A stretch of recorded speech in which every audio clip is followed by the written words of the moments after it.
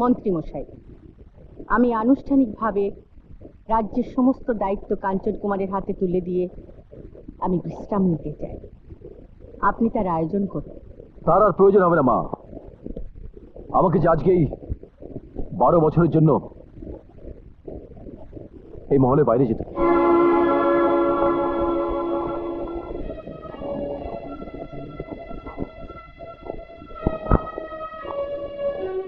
কেন, কি হয়েছে কুমার? মা, মা তোমরা যখন নিঃসন্তান ছিলে তখন একটি সন্তানের জন্য আমার বাবা ভোলানাথের মন্দিরে গিয়ে প্রার্থনা করেছিলেন। আমার জন্ম হয়েছিল। হ্যাঁ, কিন্তু এ কথা তুমি জানলে কেমন করে? কাল রাত্রে ওই বাগানে ভোলানাথের পূজারী তান্ত্রিক এসে বলে গেছেন, আরো বলে গেছেন বাবা আমার জন্ম হবার পর নীল সরোবর থেকে নীল পদ্ম এনে ভোলানাথের পুজো দেবার মানত করেছিলেন, কিন্তু বাবা তা দেননি। ওই নীল পদ্ম এনে আমাকে পুজো দিতে হবে, তা না হলে রাজ্যে মহামারী হবে, প্রজারা সব মারা যাবে, রাজমহল ধ্বংস হয়ে যাবে। হ্যাঁ, এটাই নাকি ভোলানাথের আদেশ।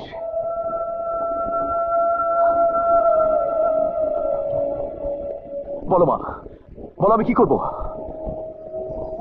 ভোলানাথের যখন আদেশ হয়েছে তখন এ রাজ্যের মঙ্গলের জন্য, প্রজাদের মঙ্গলের জন্য তোমাকে তো যেতেই হবে কুমার।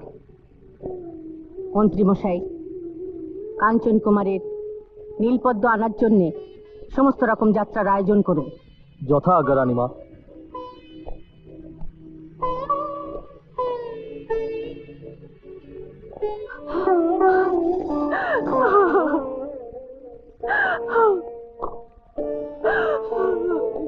কমলা,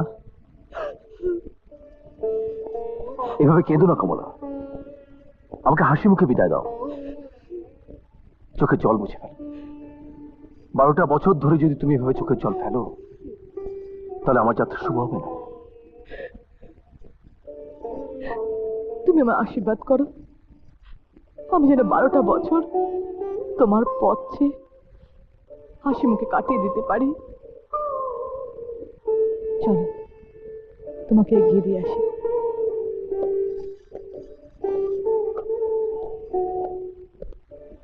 জয় বাবা ভোলানাথ।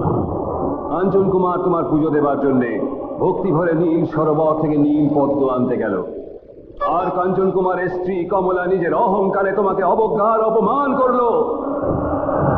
ওই অর্বাচীন রমণীকে আমি বুঝিয়ে দেবো তোমাকে অবজ্ঞা করার শাস্তি কত কঠিন। কমলাকে ভিখারিনী সাজিয়ে আমি 12 বছর পথে পথে বলে বলে কাঁদাবো। ওকে আমি বুঝিয়ে দেবো বাবা ভোলানাথকে যে অবজ্ঞা করে সে তার জীবনের সুখ, হাসি, আনন্দ থেকে বঞ্চিত হয়।